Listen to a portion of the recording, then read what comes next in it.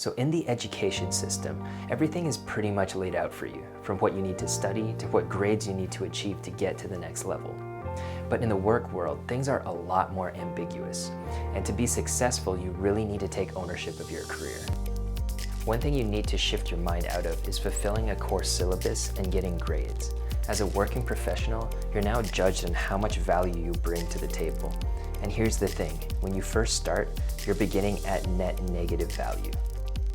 Looking at this chart, when you start in any new role, you're essentially consuming time and resources from the company to get trained up.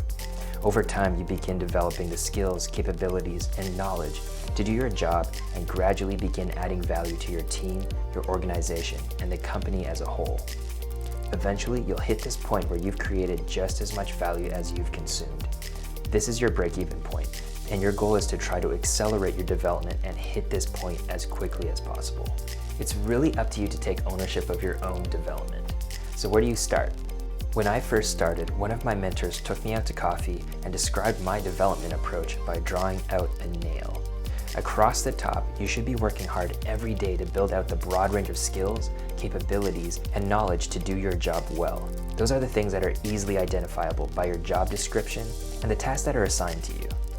But you also need to take ownership of your career and identify an area where you can go much, much deeper. This is an area of your choosing where you become known as the expert. Here are some ideas to start. Your expertise can be a valuable skill set. If you find that you're fairly gifted in an area, you can turn that skill set into your expertise. I had an eye for design and building out clean, concise, captivating slides for my team, and that became something that I was known for. You can also build out a knowledge area. Is there an emerging technology or new legislation that everyone is still trying to figure out? You can dive deep into that knowledge area and become the expert that people go to get the latest information or to get better understanding. Finally, there are always gaps and needs in an organization that are never addressed because people are simply too busy. These are the pain points and problems that you can step in and address. This could be building out a workflow diagram, outlining processes, or simply taking meeting notes at your team meetings. The point is that you take initiative of your development and keep an open mind to what you can do to be more valuable to your team. One thing I do want to talk about is that this may not happen right away. A lot of people's trajectories are very different, and it may take some time before you feel like you're firing on all cylinders and really contributing to your team. Everyone's timeline is different, but if I look back at my own career startup, it looks something like this. I started out pretty confident with what I believe I could achieve in the first month. I did well in training and accomplished a few minor tasks for my team.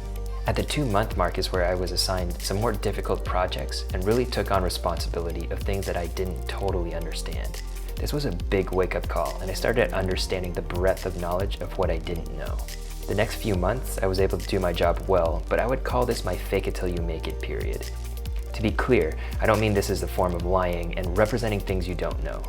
It means stepping up and finding the courage to tackle problems and figure it out as you go along. Finally, about the 8-month mark is where I had a strong grasp of my role and was really able to start operating at that next level. In summary, your goal when you first start is to strive to accelerate your development to that break-even point. Take ownership of your career.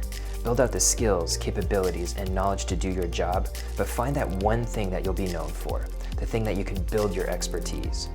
Finally, understand that it will take time.